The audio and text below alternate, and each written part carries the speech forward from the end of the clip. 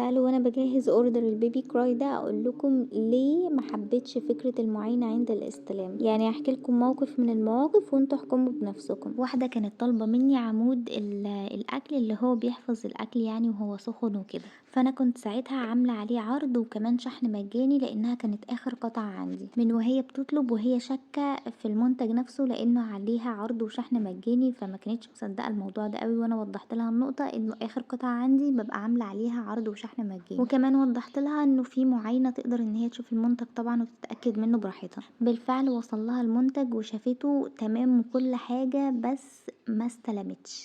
ليه بقى؟ علشان الكليبس اللي بيقفل بيه العلب ما كانتش عارفة تقفله، مش انه بايظ ولا حاجة، لا هي ما كانتش عارفة تقفله، مش عارفة تستخدمه، فافتكرت ان هو بايظ او حاجة اي كلام، حتى ما فكرتش ان هي تبعتلي تسألني او اي حاجة. ودي بقى مشكلة المعاينة عند الاستلام عندي.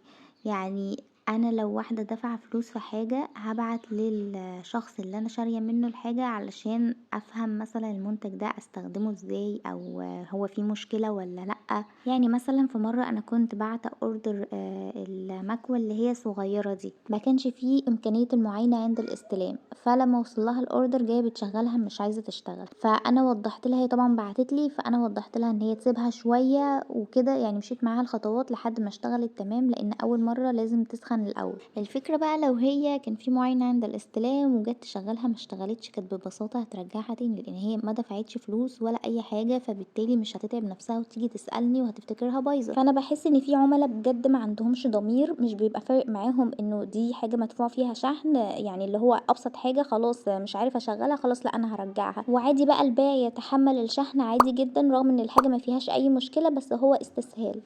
انتوا مش متخيلين انا بفحص الحاجة كويس جدا ازاي قبل ما بديها لشركة الشحن، وعشان كده الحمد لله ما جاليش اي شكوى في اي يعني منتج انا وصلته للعميل، سواء تلف او خدش، حتى الخدش لو موجود انا مش بطلع المنتج. لا بس بصراحة افتكرت مشكلة كده جاتلي في منتج، دي كانت من اقرب المشاكل اللي جاتلي لحد دلوقتي، انا مش فاهمة المشكلة كانت فين، هل من شركة الشحن ولا من العميل؟ بس هحكي لكم المشكلة في الفيديو الجاي. بعد المشكلة دي ما حصلت انا غيرت حاجتين، غيرت شركة الشحن والمنتج نفسه، خلاص انا مش عايزة وجع دماغ. المهم عايزة اقول لكم ان البيبي كراي دي موجودة عندي بكل الواناتها التحفة وبأقل من 300 جنيه رغم اسعارها الخزعبلية بره. ما تنسوش تدوسوا على زر الاشتراك او سبسكرايب علشان توصل لكم كل الفيديوهات الجاية، وكمان لو عايزين تشوفوا المنتجات بتاعتنا ابعتوا على الرقم ده، ابعت لكم لينك القناة.